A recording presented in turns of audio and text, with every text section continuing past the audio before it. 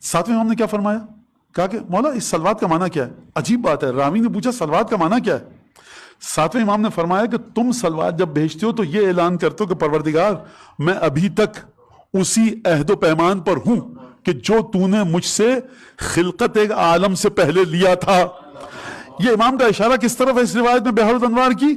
کہ جو خدا نے کائنات کو خلق کرنے سے پہلے آدم کو لگتا ہے کہ خلق کرنے سے پہلے، یاد ہوگا آپ کو سورہ اعراف میں کہ ہم نے تمام بنی آدم کی نسلوں کو جمع کیا اور اس کے بعد کہا الستو بربکم، کیا میں تمہارا رب نہیں ہوں؟ سب نے کہا بلا، سب نے کہا ہاں۔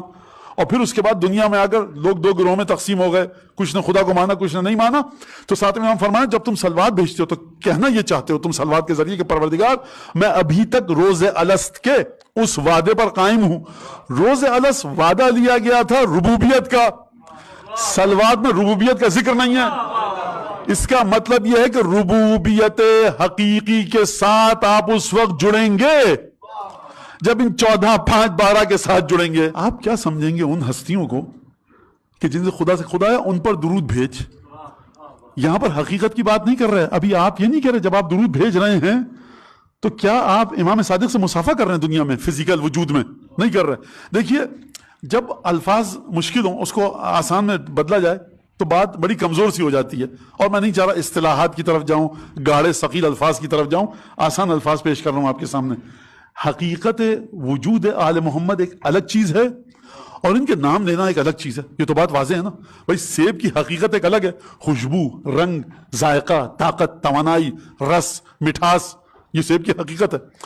آپ بیٹھ کے کہتے ہیں صبح تک سیب سیب سیب، لوگ ہنسیں گے، لیکن ان ہستیوں میں طاقت یہ ہے کہ دل ان کی طرف جب متوجہ ہوں اور آپ ان کے نام لیجئے خدا کی طرف سے برکتیں نازل ہوتی ہیں۔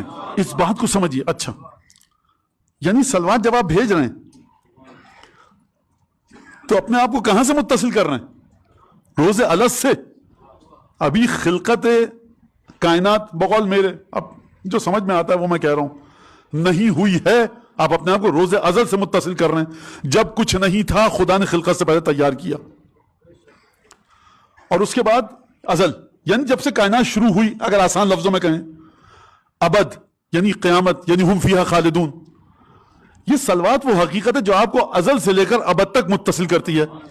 ازل سے کیسے متصل کرتی ہے؟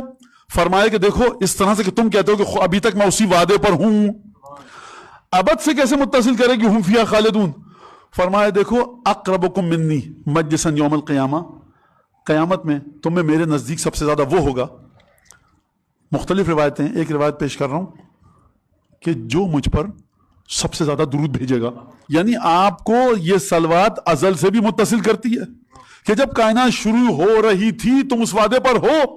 ایک جملہ ہے ازل سے لے کر ابد تک پھیلا ہوا ہے، ازل سے بھی متصل کر رہا ہے ابد سے بھی۔